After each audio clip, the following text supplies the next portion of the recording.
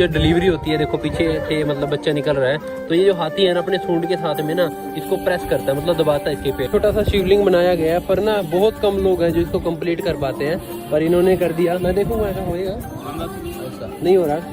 आप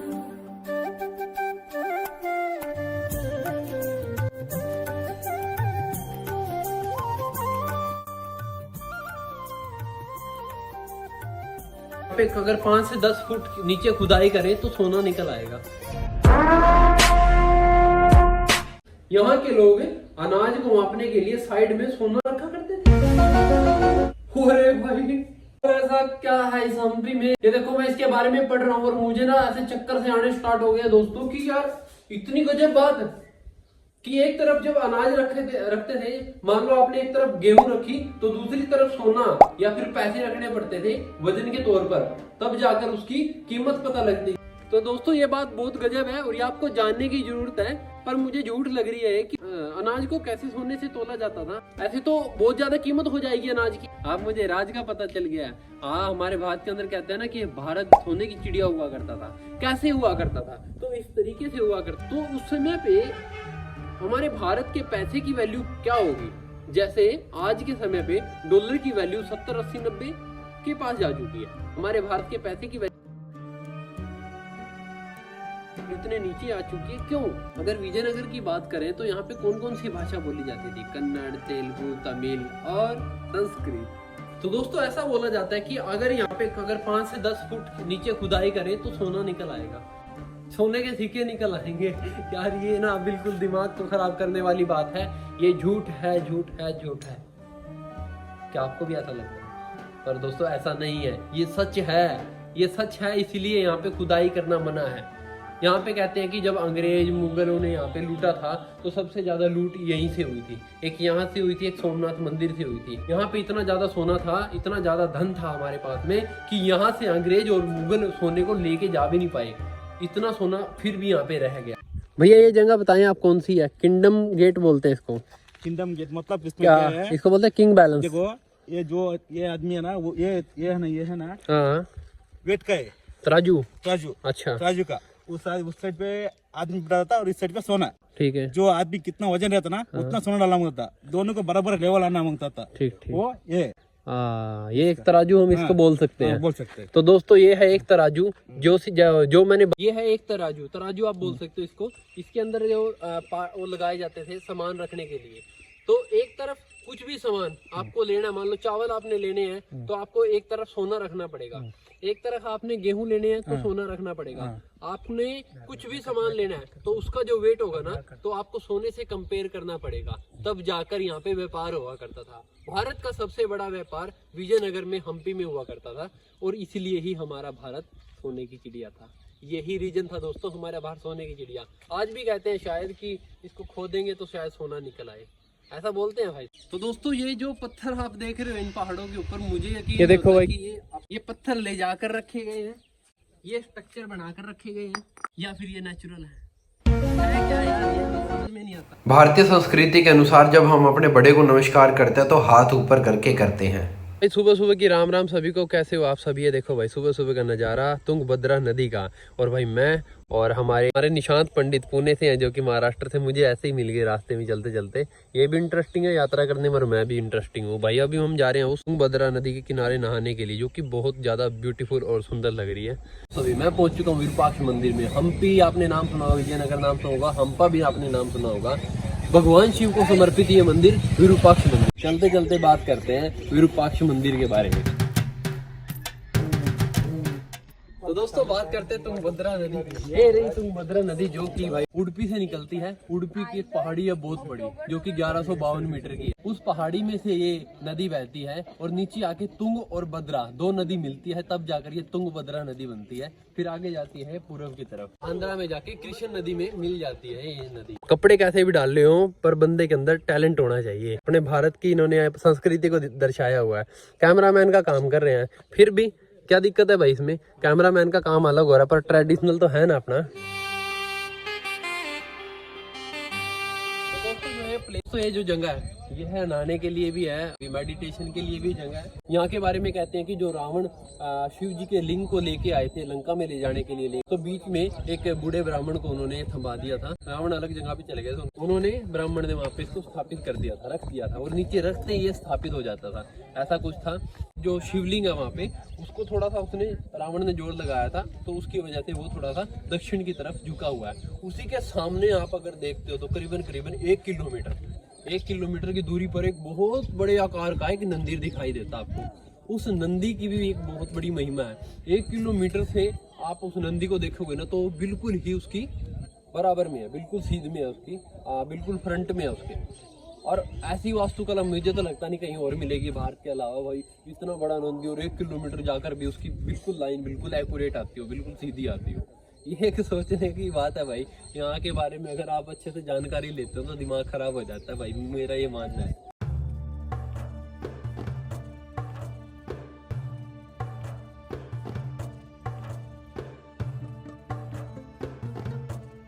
ये हमारे ताऊ जी मल्लिकार्जुन जी, और इन्होंने ना भाई अपने पास में मुझे रखा अपनी आश्रम में रहते हैं, और इन्होंने मुझे खाना भी खिलाया।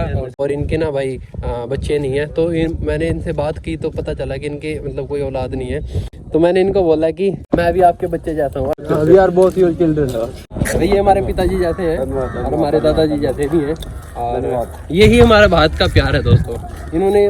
मैं इनको नहीं जानता था, और इन्होंने अचानक ही मेरा खाने और रहने में मदद कर दिया। हम एक न्यूज़ चैनल में रिपोर्ट दे रहे थे और ये गाय माता हमारे से दूर जा ही नहीं रही थी। ये कह रही थी कि मैं भी आपके साथ में रिपोर्ट दूंगी, मैं भी कैमरे में आऊँगी। तो हमने इसके साथ में ही इंटरव्यू दिया। मैं 1 रुपया नहीं लेके चला था घर से। हाँ सर। और मैं 21 अगस्त को चला था। आज मुझे पूरे 4 महीने हो चुके, 120 दिन हो चुके हैं। तो दोस्तों मैं पहुंच चुका हूँ विरूपाक्ष मंदिर पर। विरूपाक्ष मंदिर रहस्यों से भरा हुआ एक मंदिर है। यहाँ के मंदिर की परछाई उल्टी दिखाई पड़ती है। 16वीं शताब्दी का ये मंदिर आज भी अपनी पेंटिंगों के लिए मशहूर है। ये उस समय की पेंटिंग है जब ये मंदिर बना था। हर एक चीज़ पे ना स्तंभ मिलेंगे, मतलब हर एक स्तंभ पे ना आपको कारीगरी मिलेगी। कहीं पे आपको शेर बना मिलेगा, कहीं पे घोड़ा बना मिलेगा। और ये देखो भाई कितनी प्यारी मूर्त, मेरा दिल खुश हो गया भाई। शिव महाराज के दर्शन हो रहे हैं पूरे परिवार के साथ में। तो दोस्तों मैं एक और राज की बात बताने वाला हूँ। ये कोई आम पिलर नहीं है, ये कोई आम नहीं दिख रहा आपको कि एक छोटा सा स्टैचू बना दिया गया, ऐसा नहीं है। एक जानवर के अंदर 7 जानवर बना रखे हैं। कैसे? ये भाई हाथी की सूंड बना रखी है, ये यहाँ पे बनाया हुआ है चूहा, घोड़ा, ये शेर के पैर बना रखे हैं, ये एक इंसान का शरीर बना रखा है, और यहाँ पे भी शेर के पैर बना रखे हैं, यहाँ पे एक गैंडा बना रखा है, और यहाँ पे भी एक इंसान बना रखा है, पूरा जैसे लड़ता हुआ इंसान बना रखा है। एक ही चीज़ में 7 चीज़ें बना रखी हैं। ये है हमारी संस्कृति। और एक और मैं बताता हूँ आपको, एक और देखो कितना चित्र, ये 500 साल पुराना है। ये श्री राम जी का चित्र बना रखा है। हनुमान जी उनके पैरों से ना कांटे निकाल रहे हैं।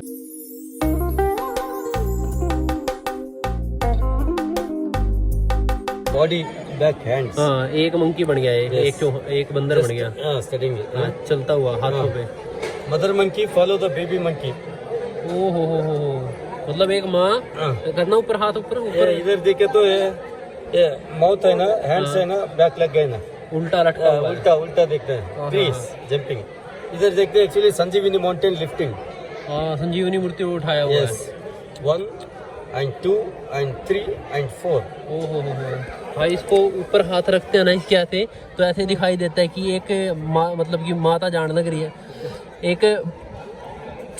एक बंदर जा रहा है, बंदरिया जा रही है, और उसके पीछे एक उसका बंदर का बच्चा लगा हुआ है। तो ऐसे करके एक ही चित्र के अंदर 4 चित्र दर्शाए गए हैं भाई। ये थी हमारी संस्कृति। ये ड्रैगन को दर्शाया गया है, ड्रैगन को। This is actually female elephant in the pregnant. Delivery very difficult. That time male elephant put the trunk in the front to back, little push. From the outside is the baby elephant. हाँ। This is the Vaidyo Narayano Hari. बिल्कुल, Narayan Hari. Vaidyo Narayano Hari. वैद्यो Narayani Hari. Yes.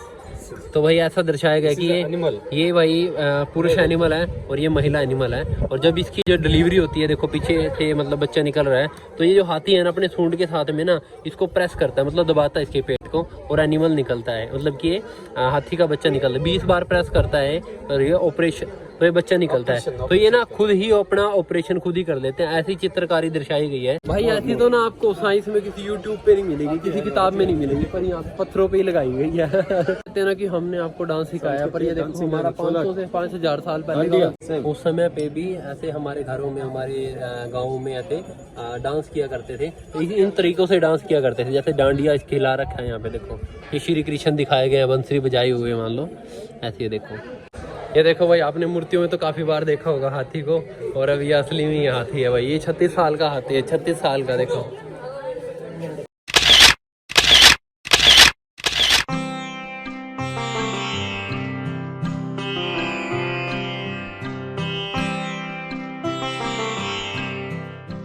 ये भाई एक छोटा सा शिवलिंग बनाया गया है, पर ना बहुत कम लोग हैं जो इसको कंप्लीट कर पाते हैं, पर इन्होंने कर दिया। मैं देखूंगा क्या होएगा, ऐसा नहीं हो रहा। आप कम लोगों का होता है। हाँ हो गए, तुम्हारे को हो गए। कानून के हाथ में आ जाएगा, ऐसी बात नहीं है, कानून के हाथ बड़े होते हैं। तो दोस्तों जो ये आप बिल्डिंग्स देख रहे हो, मंदिर के गेट देख रहे हो, ये है 700 साल पुराना, ये है 2000 साल पुराना। ये कृष्ण देव राय ने ये बनवाया। ये 106 पिलर है, और यहाँ पे हुआ करती थी पूरे विजयनगर की बैठक का मतलब मीटिंग हुआ करती थी।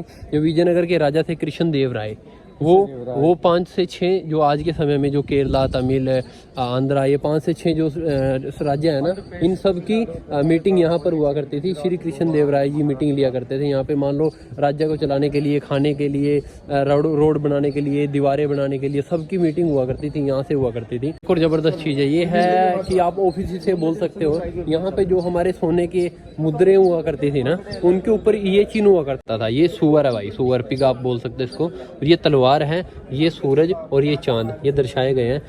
तो दोस्तों ये है पूरा का पूरा विजयनगर का मैप भाई। और अभी हम खड़े हैं विरूपाक्ष मंदिर पे। तो south India capital city Vijayanagar, south India capital city. अच्छा, कैपिटल हुआ करती है, राजधानी हुआ करती है। Just like Bangalore, just like Hyderabad, just like Delhi, same things. India capital city Delhi, same thing. South India capital city Vijayanagar. तो आज के समय में क्या हो गया कि हमारा नमस्कार कहाँ तक रह गया। पहले तो मैं आज के मॉडर्न समय की बात करूँगा तो वहाँ पे क्या हो रहा है कि सिर्फ हेलो तक ही बात रह गई है।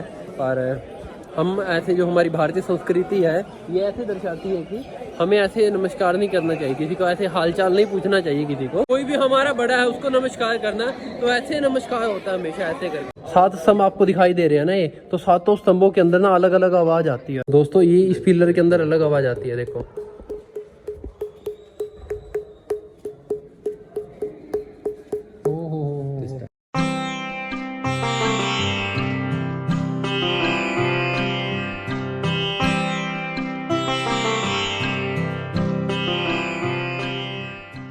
तो दोस्तों एक और कमाल की चीज़ मैं आपको दिखाता हूँ भाई। यहाँ की जो आर्किटेक्टिंग है ना, बहुत ही खतरनाक वाली कर रखी है। हर एक चीज़ में मैंने आपको बोला था कि यहाँ पे कुछ ना कुछ कला कर रखी है। तो दोस्तों आप ये देख रहे हो ना, पिलर से लगे दिख रहे हैं आपको, ये कोई आम पिलर नहीं है। ये यहाँ पर विश्व का सबसे बड़ा बाजार लगा करता था। ये देखो भाई, ये बहुत बड़ा हुआ करता, जहाँ मंदिर दिखाई दे रहा है ना, वहाँ तक का था। यहाँ पे आने जाने का रास्ता भी नहीं रहता था। और जब माल भर के गाड़ियाँ आती थी ना, बैलगाड़ियाँ आती थी, तब एक समय पे लोगों को रुक जाना पड़ता था कि भाई अभी मालगाड़ियाँ गुजरेंगी यहाँ से। माल की जो बुग्गियाँ होती हैं, वो गाड़ियाँ होती हैं ना, बैलगाड़ियाँ, वो गुजरेंगी, उसके बाद में फिर हम जाएंगे। इतना बड़ा साम्राज्य हुआ करता, इतना बड़ा व्यापार का स्थान हुआ करता था भाई। ये देखो दोस्तों, ये जो सीन है ना, ये सेम का सेम ये सीन है सारा। इतना बड़ा बाजार लगा करता था यहाँ पे। यूरोप से और विदेशों से लोग आया करते थे और यहाँ पे बिजनेस किया करते थे। तो दोस्तों ये है विरूपाक्ष टेम्पल भाई, ये है विरूपाक्ष मंदिर। भगवान शिव को समर्पित है मंदिर। मंदिर को देखने के लिए देखो कितनी भीड़ लगी हुई है और कितना सुनहरा मौसम है यहाँ का। क्लाइमेक्स पत्थर लगा के थोड़ी सी व्यवस्था कर दी ऊपर चढ़ने की, इससे ज़्यादा कुछ नहीं है। रास्ता देखो कैसा है, देखो ये देखो, कोई स्टेप नहीं है, देखो।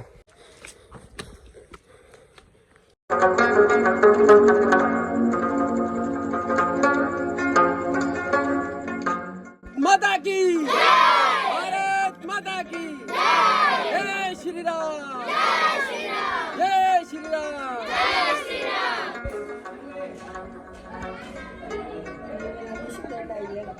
ये स्विट्जरलैंड से है। क्या यूट्यूबर? Are you filming? हाँ। Oh right, okay. ये आई है भाई स्विट्जरलैंड से। आप आए हो? Where are you from? I'm from Iran. Iran ना? हाँ, ये ईरान से आए, ये स्विट्जरलैंड से आए हैं हमारा भारत देखने के लिए।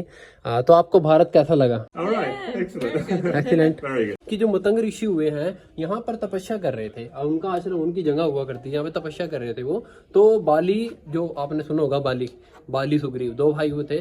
तो बाली ने जब समुद्र मंथन हुआ था, वहां से शक्तियां देवताओं से ली थी कि मुझे इतना बल दीजिए कि कोई भी मेरे सामने आए उसका बल मेरे अंदर आ जाए, उसकी शक्तियां मेरे अंदर आ जाए। तो उनके पास काफी बल हो गया, तो उन्हें घमंड भी हुआ। तो उन्होंने क्या हुआ था कि एक राक्षस ने उनको ललकार दिया, जोटे के रूप में, एक बैल के रूप में था वो राक्षस, उसने उसको ललकार दिया और वो उनके सामने आया, बाली के सामने। तो बाली ने उनको फाड़ दिया, मार के आकाश में उनको उड़ा दिया।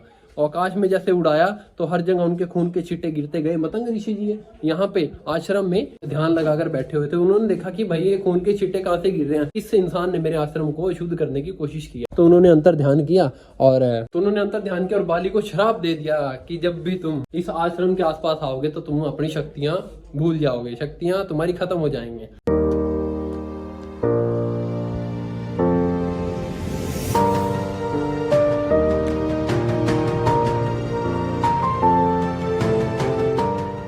भारत माता की जय, जय हो श्री मतंग ऋषि महाराज की जय हो, काल के काल महाकाल की जय। तो दोस्तों, कर्नाटका की सबसे ऊंची चोटी पर मैं जाके आया हूँ, वहां पे प्राउड फील हो रहा है तुम्हारे भाई, प्राउड। तो दोस्तों, मैं उस पहाड़ी पे था, देखो उस पे वो तिरंगा आपको दिख रहा है ना, वो ध्वजा दिख रही है, झंडा दिख रहा है आपको, उस झंडे पे जाके आया हूँ मैं।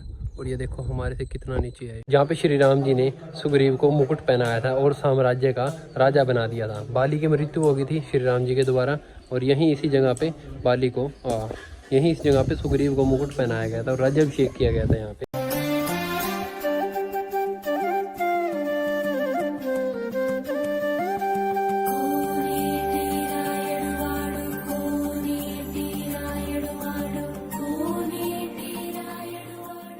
राम राम, नमस्कार, कैसे हो आप सभी भाई? आप सभी को स्वागत है भारत यात्रा के एक और नए दिन में। पर आज का नया दिन ना कोई आम दिन नहीं है। आज का दिन मेरे लिए बहुत खास दिन है। जनेऊ धारण करना बहुत बड़ी बात होती है भाई, उसकी पालन करना भी बहुत बड़ी बात होती है। हर कोई उसके पालन नहीं कर पाता। इसी के साथ में जैसे मैं एक ब्राह्मण परिवार से हूँ और ऊपर से फिर मैं एक सनातनी हिंदू, तो हमारे शास्त्रों के अंदर बताया गया है कि जनेऊ धारण करना हर एक सनातनी, हर एक हिंदू का फर्ज है।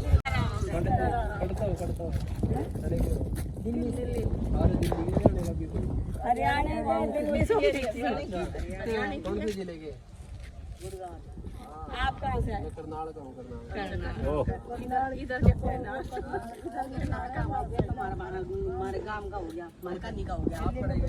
हम जिन आमदई तो भागलगढ़ का है सारे, करनाल सब हरियाणा में तो सब। चलो चलो